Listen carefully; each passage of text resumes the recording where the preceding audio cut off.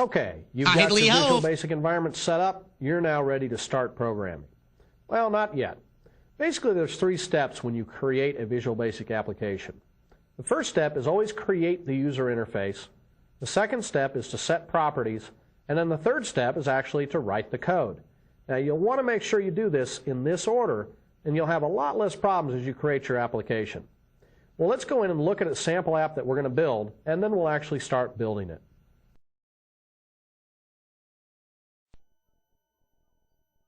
Now, this is an example of a particular employee information form, for example, that we're going to actually build this type of form as we go through. Because this will use a lot of the different controls that we'll see as we start building up our user interface. You're going to learn about things such as labels and text box controls, combo box controls, frames, option buttons, check boxes, list boxes, and picture controls, as well as command buttons. All these things together can help make up a nice user interface. Well, to get started, we're going to go up here to the File menu, and we're going to choose New Project. And when we click on this, we're going to get pretty much that same dialog box that we got when we brought up VB for the first time. And we're going to choose Standard EXE. Now, one of the things I've done is I actually turned off my toolbox. So I'm going to go ahead and go to the View menu, and I'm going to choose way down here, Toolbox. And what's going to happen is over on the left-hand side of the screen, you'll see the toolbox actually appear over here. Now, the toolbox is used to build tools or put tools on top of the form. The form itself, as it stands, is actually a complete ready-to-run application. In fact, if I were to hit the Run button here, it'll actually start this application, and you can see the form now. Now, this form can be moved around the Windows environment. You can size this form up and down, back, forth, up, down, round, there, you go, everywhere. You may also minimize this form, which will put it down into the taskbar. You can maximize the form so it goes full screen, and then bring this back to normal by clicking on the normal button here, and it'll actually go back to normal. You can also close this, which will actually stop this application from running. And of course, you can use the System menu over here. So this is a complete application ready to go. Now, of course, it doesn't do a lot, but at least it's a good start. When I click on the Close, VB now goes back to the Design Environment mode. So we have 2 modes there. We have the Design Environment mode, and then we have the Run mode, where we're actually looking at our application. Well, before we start building things with the controls, we probably ought to change this name here and kind of make things look a little bit better. Now, we're going to do that with what's called Properties. Now, I'm going to actually grab the Properties window over here, and let's go ahead, and I'm going to click and hold with my mouse, and I'm going to drag this thing away from the side, and I'm going to bring it up here next to the form. Now, the only reason I'm doing this is to make it a little bit easier for you at home to look at this. Well, the first property that we're going to look at is called the Name property. Now, name's kind of important. Name is actually what you're going to use to identify your object when you're using your source code. What you're going to find is that we can name this thing anything we want, but you'll find that we use standard conventions. You can name it FRM main, FRM employee, whatever you want to give it as a name, but you're always going to prefix it with FRM. So every type of control and form that we use, we're going to use a unique identifier and a prefix. A prefix in this case is FRM, which stands for form.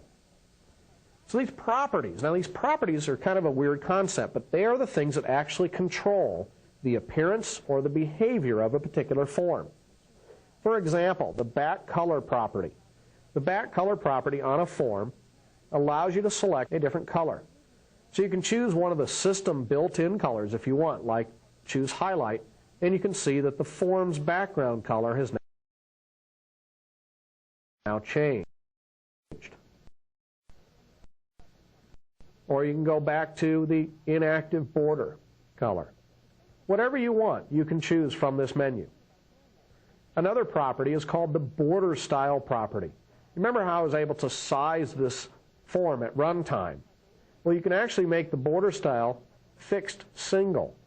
Now you don't see any real change here at design time, but if I were to run this application again by pressing on this little VCR start button, basically when I run this now, you'll notice that I can't grab this anymore. I can't move this thing and size this because it's not movable, it is not sizable now because I changed this one property called border style. Another very common property that you use is the caption property. And the caption property is actually what displays the text in the title bar of an object. So the title bar in this case will change to employee information. And you can see as I type, it displays there in the title area of this particular form. Now there's a lot of properties here. I mean, if you just scroll through the properties window here, you can see many different properties. Now, do you want to be able to set all these? Do you have to set all of these? Absolutely not. Most of them are actually defaulted to a specific value that is fine for most cases. You're only going to really go in and affect a few of these. Let me talk about some of the more common ones. Border style and caption. Those are the two that you're going to be interacting with a lot. The name property is the one you're going to be using all the time for forms. There's also the control box menu. If you set the control box to false, you see that the icon went away right here. Okay, let's keep the camera pointed there for a minute, and when we bring this back to true, you see that it gives a little icon next to that, or if I double click and make it go to false, it goes away. Okay, what that means is that when I run the application now, I don't have any of the options to close or size or do anything else. So this one actually affects the behavior of this form. Now I'll go back here to this little end button, and I'll stop the application from running. Now some of the other properties that are important for forms. The key preview property, which will allow the form to react to any keyboard events before they're actually given to a particular control. There's the max button property that you can say, I just want to turn off the max button. Now these are going to be set, the max button and min button are going to be set to false whenever you turn off that control box menu. But these are ones that are, again, very important for forms. Also, there's the startup position. Whether Windows chooses where a form first appears, or you can say I want to center it within the screen, or if this form is owned by another form, you can actually center it within that form. And then there's also a visible property, which you can set to true or false to say whether the form is actually visible or not. And the last one that you'll probably use a lot is the window state. Now you can have a normal form, or you can actually choose that when this form starts up, it will be minimized on the taskbar, or that the form will actually appear full screen, maximized, for whatever screen resolution you're running in. So these are the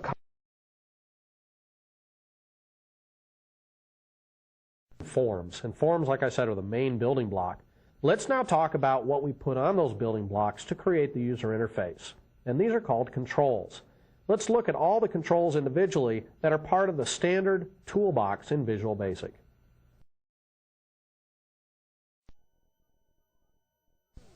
Well, like I mentioned, all the controls are located in your toolbox over here. The pointer is just this. It's the pointer that you use to select an object over here on the form. The first control in the standard toolbox that comes up with Visual Basic is called a picture box, and you'll use that when you want to display any graphical elements. The next one is called a label control, which basically just displays text to the user. The user won't interact with this at all. It's just to display text. To have the user input information, we'll use what's called a text box control. Next, there's a frame control, which is used to contain other controls. And a command button control, which is used to basically press on this and generate a click event so that you can actually do some action on this particular form. There's also a checkbox control, which is used to make multiple selections. Or an option button. These are sometimes called radio buttons, and these option buttons are used to have mutually exclusive options. Also combo boxes, which allow you to display a combination of text and a drop-down list. and then just a plain old list box to display just a list of items to the user from which they can select one or many. There's also a couple of scroll bar controls, horizontal and vertical, if you need to have that type of interface. A timer control that you can set to have it fire off an event at a specified interval of time so that you can actually do something every second or every 2 seconds.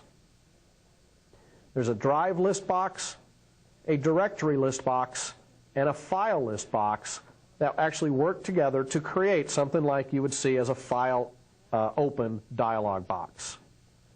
There's also shapes, so you can make rectangles and circles and squares. And there's a simple line control that you can use just to kind of delineate areas on your form if you wish. The image control is exactly like the picture control in that it displays graphics. It's a little bit lighter weight, however, which we'll explain a little bit later, but it would be used if all you're doing is displaying a picture. That's what you would use as an image instead of a picture box. There's also what's called the jet data control, and the jet data control uses the jet engine, which we're not going to be using. We're actually going to use the ADO. And then there's also an OLE. This is kind of an older control. In fact, these two are really older controls that you're not going to be using too much anymore. Well, that's an overview of all the different standard controls. Let's now actually talk about drawing these controls on the form. Here we go. Let's take a label control, click on it once, move your mouse pointer now over to the form, and you see that it changes to a crosshair. Well, we can now take that, click and hold with our mouse button, and start drawing. And you'll see a sizing rectangle appear. As soon as you get a label to a certain size, you want to release, and it'll draw that label on your screen. You can see that this is highlighted. It has focus because it has the different rectangles on the side of this particular control. That means this is the control with focus, and that everything you do in the Properties window will relate to that particular control. So the first thing is, again, setting the different properties for these controls. Now, again, let's talk about some of the generic control properties that you'll be seeing a lot. And that's the name again, obviously. For a label, you would typically name it something like LBL first name, if you were going to put first name as the caption of this. But there's a lot of things. There's the background color, the background style, the border style for this particular control, the caption, which in the case of a label actually displays the information you want. For example, you could type in first name, and when you do, that appears in the label. Now, there's a lot of other standard properties you'll use here. For example, the font property, which when you click on this, right over here to the right, you're going to see that there is a button. And if you click on this button with this ellipse here, the 3 dots, it'll bring up a standard dialog box from which you can choose fonts. For example, you want a sans serif font, bold, 10 point. You get to see a sample of what it'll look like when you apply it to this control. Now, I can apply this to the label control by clicking on OK, or in my case, I'm just going to leave it alone, so I'll just hit Cancel. And then we're back to the Properties window. There's the for color. Now, these are important, the height property and the left property. The height of this control. What is the leftmost point of this control? There's also down here, there's a top property and a width property. And these are all used in combination to specify the top left corner, the height, and the width of this particular control. And you're going to find that all of these properties I just talked about are in common among all of the controls that we're going to use. The label control is used to identify something next to it. So we're going to put a text box next to this label here in just a minute. But for now, this label control, we want to build more of these. So basically all you have to do is just keep grabbing labels, drawing them on the screen, and try to make them the same height and the same width, etc., as you go through. Go over here to the Properties window, and you can set the caption, last name. Also, you'd want to set the actual name again. And you could make these unique. For example, I created the first label called LBL first name. This one I call LBL last name. Now, A lot of times you're not going to be using labels uniquely within your source code. Labels are kind of just there. You don't really do much with them. So typically what I will do is I will make them the same name. I'll call this one LBL label. I'll then go back over here to the form and click on this label, and then let's change the name of this to also LBL label. Now, make sure I just have one L in there. It's the same name. As soon as I hit enter, Visual Basic is going to say, you already have a control named LBL label. Do you want to create a control array? Now, a control array is a concept I'm not ready to explain right yet. We're going to look at these later. But for now, let's just say yes. Now, what you've done is you've allowed us to use the same name over and over again. Notice when I click on each of these, the name actually is LBL label, and then it has a subscript, and it has a different number. So all it's done is numbered these to make them unique. And this is a pretty standard technique for label controls. So what we're going to do is we're going to build up more and more of these label controls until we have our whole user interface of labels built.